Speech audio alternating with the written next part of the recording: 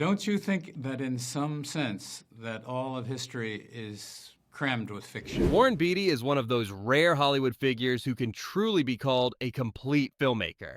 Actor, producer, screenwriter, and director. His career has spanned more than 6 decades, and in each role, he's left an unmistakable mark. From his breakout as the rebellious Bud Stamper in Splendor in the Grass, 1961, to his daring reinvention of American cinema with Bonnie and Clyde, 1967, to his Oscar-winning achievement Reds, 1981, Beatty has consistently chosen projects that were both entertaining and intellectually ambitious. What makes Beatty fascinating is that he's not just a performer chasing roles, he's an artist chasing ideas. He has always been drawn to films with deeper themes, stories of love, desire, crime, repression, political idealism, and the flaws of human ambition. Unlike many Hollywood stars who simply attach themselves to ready-made projects, Beatty has often worked behind the scenes to develop and even remake the films that mattered to him most. His taste in cinema reveals as much about him as the performances he's given on screen. This countdown is not just about naming 5 favorite films at random. Each selection is tied directly to Beatty's career, either as a source of inspiration, a film he personally reimagined, or one he poured his heart into making. They reflect the serious tone and weighty themes that have guided his choices as a storyteller. Whether it's a romantic drama from the 1930s that haunted him for decades, a heartbreaking love story that launched his acting career, or his own politically charged masterpiece that challenged the boundaries of mainstream Hollywood, these movies highlight the way Beatty blends passion with craft. Along the way, we'll revisit the most powerful serious scenes from each film, the kind of lines that linger long after the credits roll. These moments showcase the values Beatty admires: honesty, conviction, vulnerability, and sometimes rebellion against the system. They're not always easy stories, but that's the point. Beatty has always preferred films that make you think as much as they entertain. So let's dive into the countdown. From a classic romance he couldn't forget to revolutionary projects that shaped his career, here are the 5 films Warren Beatty considers his most important favorites, each one carrying a lesson about cinema, storytelling, and the human condition. Number 5, Love Affair, 1939. Good to see you. Yes, it's good to see you too. When Warren Beatty talks about films that shaped his sensibility, one of the earliest titles he always returns to is Love Affair. Directed by Leo McCarey and starring Charles Boyer and Irene Dunne, it's a romance that begins as a lighthearted story, but grows into something deeper, even tragic. For Beatty, this film was more than a pleasant diversion. It was an emotional blueprint for the kind of stories he would gravitate toward throughout his career. Beatty admired Boyer intensely, calling him one of his favorite actors. Boyer's suave but heartfelt performance as Michel Marnet clearly resonated with Beatty, who himself would go on to master the art of playing charming yet complex men.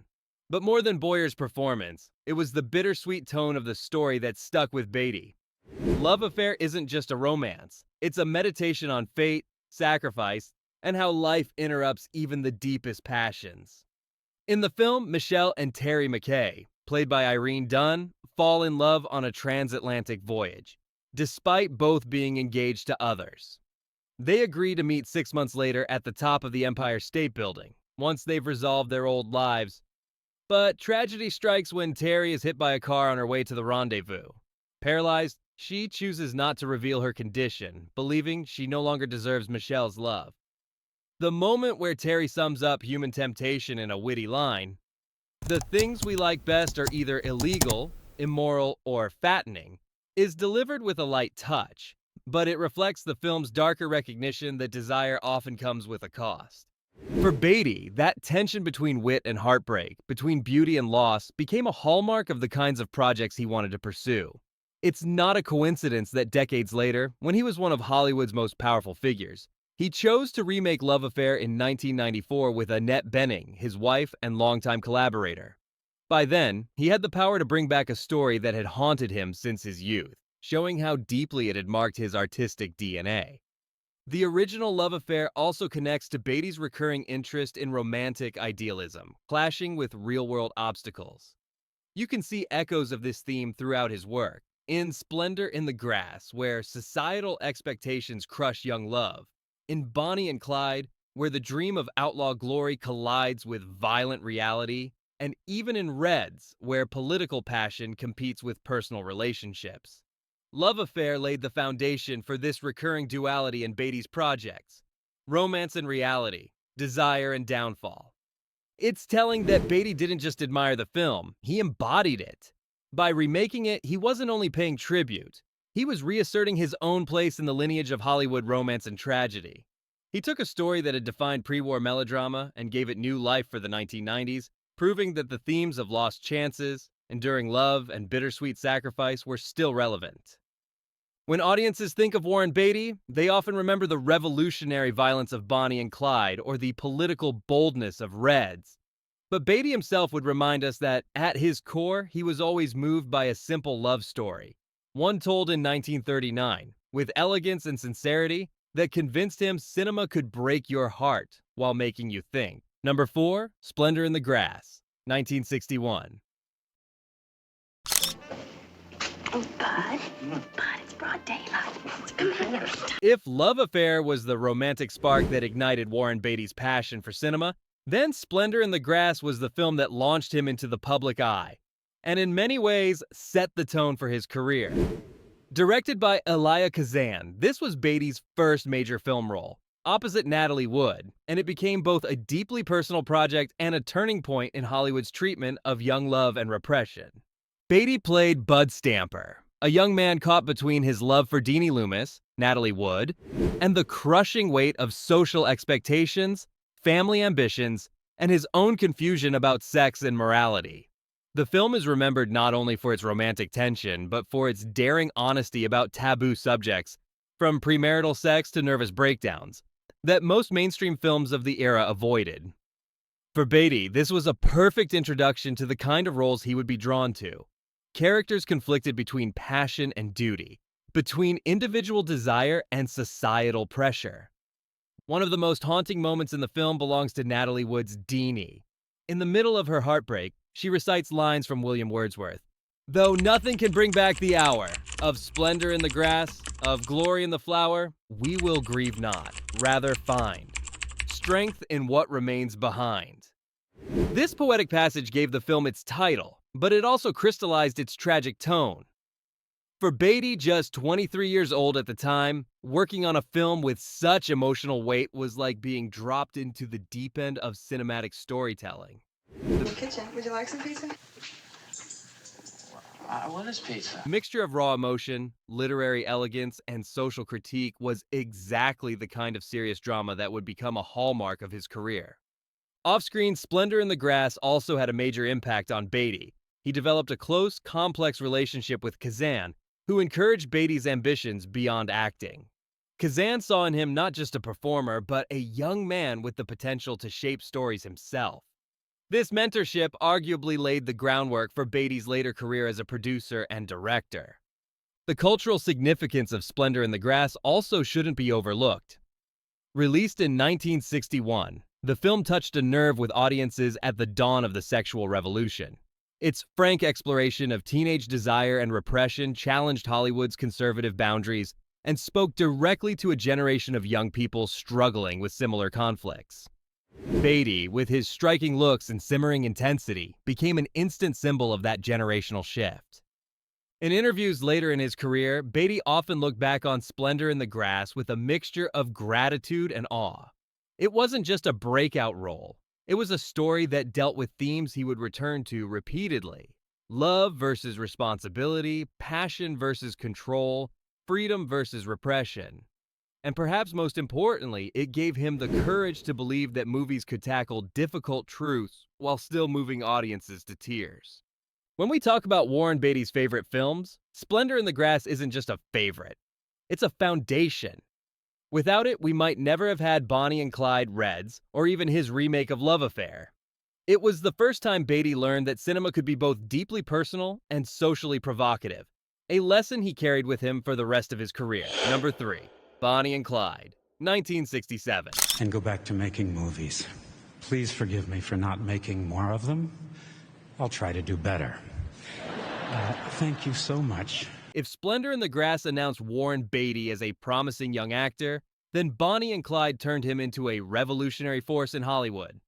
By the mid-1960s, Beatty wasn't just looking for good roles. He wanted to change the way films were made and perceived. With Bonnie and Clyde, he did exactly that, producing and starring in a movie that broke every rule of traditional American cinema and helped usher in the new Hollywood era. Beatty played Clyde Barrow opposite Faye Dunaway's Bonnie Parker, a pair of Depression-era outlaws whose story had already entered American folklore.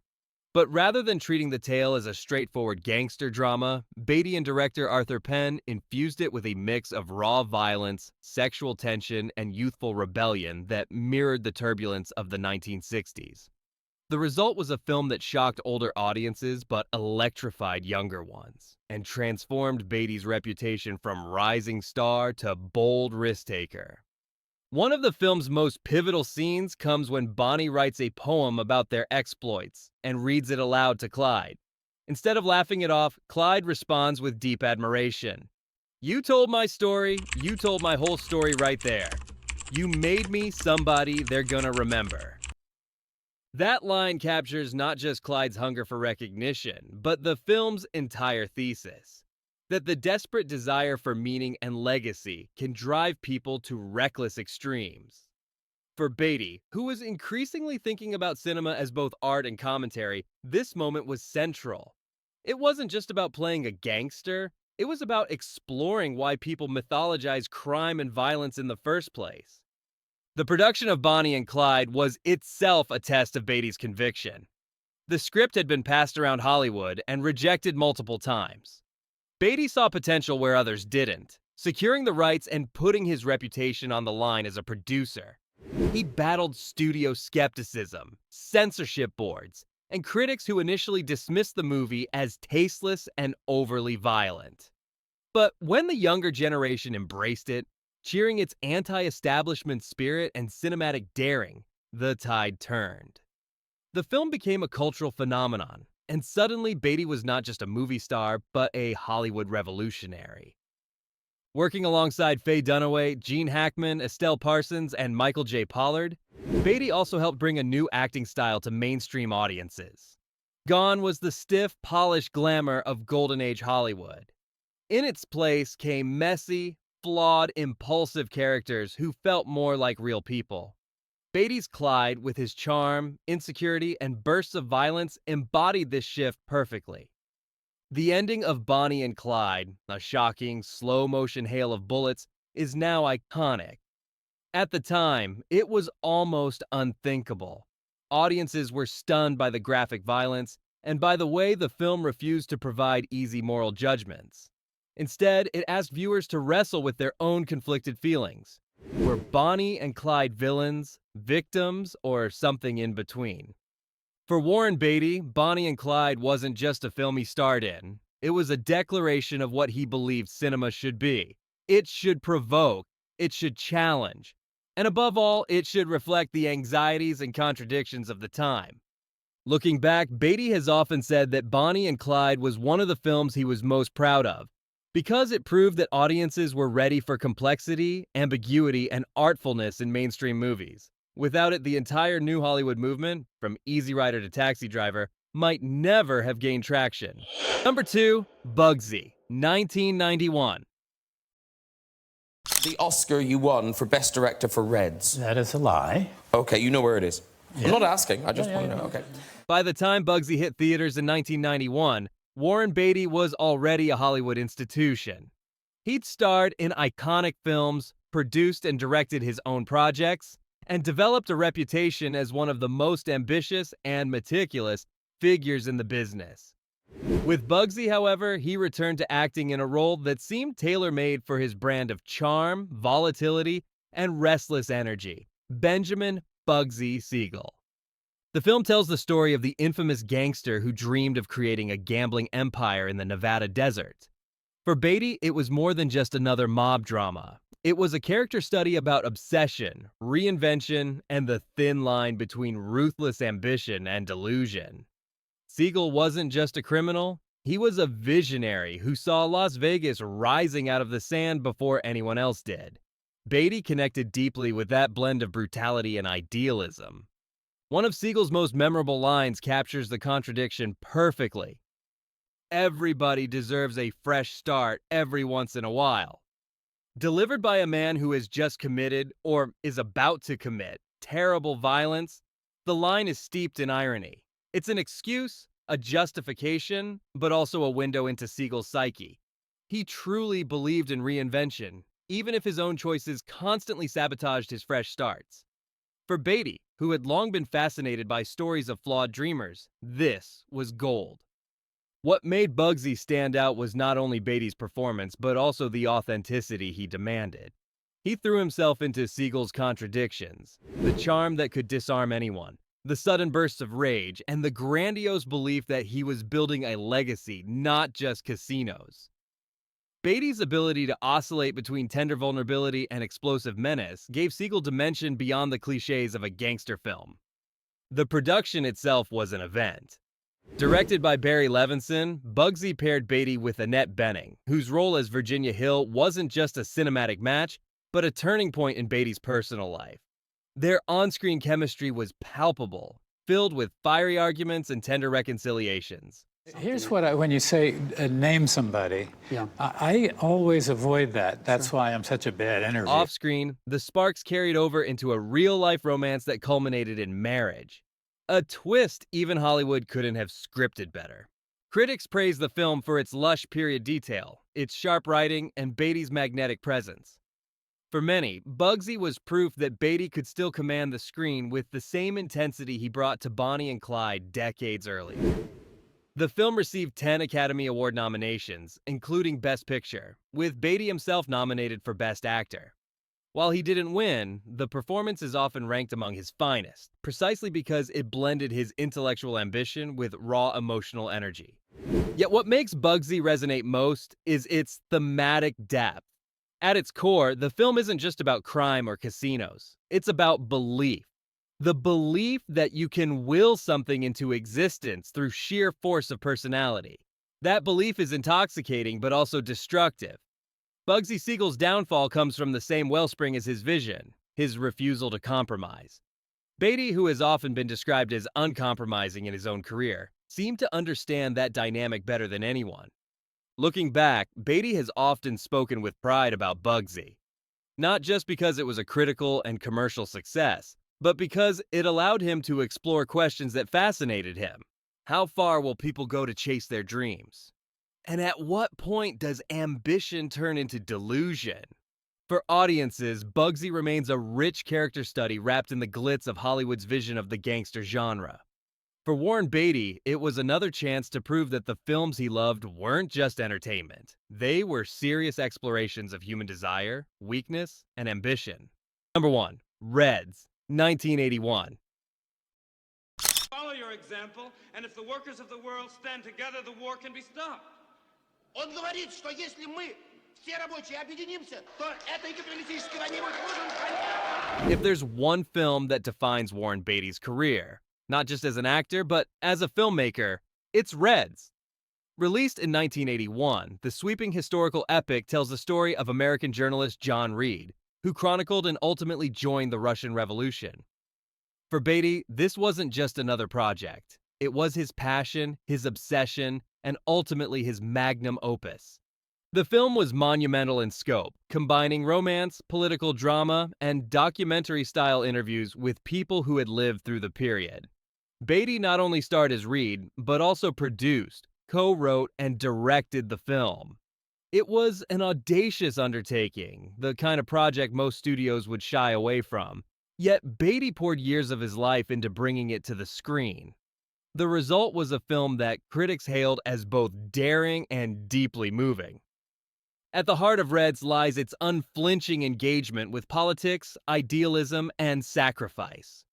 In one of the film's most striking scenes, John Reed delivers a fiery speech about America's entry into World War I. England and France own the world economy, and Germany just wants a piece of it. America'd be entering the war to protect J.P. Morgan's money. Why do we have an economy where the poor have to pay so the rich won't lose money? This speech crystallizes the film's political bite and shows why Beatty considered Reds not only an artistic challenge, but a moral one.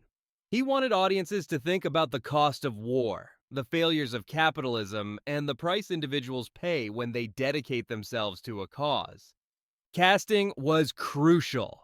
Diane Keaton as Louise Bryant brought vulnerability and fierce independence to the role of Reed's lover and fellow journalist. Jack Nicholson gave a brooding, magnetic performance as playwright Eugene O'Neill, caught in a love triangle with Bryant and Reed. Together, the cast created a tapestry of passion and conflict that mirrored the turbulence of the times. But what made Reds truly groundbreaking was its format. Beatty included witnesses, real people who had known Reed and Bryant, who appeared in black and white interviews to share memories and reflections. This blending of documentary and narrative was unusual for a major Hollywood film, yet it gave Reds a layer of authenticity that elevated it beyond historical drama. The production was notoriously grueling. Beatty's perfectionism was legendary. He demanded dozens of takes, long hours, and endless rewrites. Some crew members and co-stars found him exhausting, but others admitted the final product justified the pain. The Academy agreed. Reds earned 12 Oscar nominations and won 3, including Best Director for Beatty, who became only the second person in history to win an acting Oscar and later a directing Oscar. For Beatty, Reds was more than a career milestone. It was his statement of purpose. It showed that film could tackle weighty themes without losing its emotional core. It was also proof that a star could leverage his clout to make a film that might otherwise never have been greenlit. Few projects in Hollywood history have so perfectly reflected the vision of one person, and Reds remains Beatty's crowning achievement. Even decades later, Beatty still points to Reds when asked about his favorite work.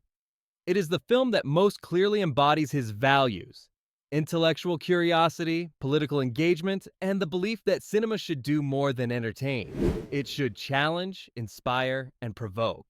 For audiences, Reds remains a powerful reminder of what happens when an artist refuses to compromise. For Beatty, it was the culmination of everything he had learned as an actor, producer, and director, a film that continues to define his legacy. From a tender romance like Love Affair to the thunder of revolution in Reds, Warren Beatty's choices reveal far more than just a love of cinema. They reveal his philosophy as an artist.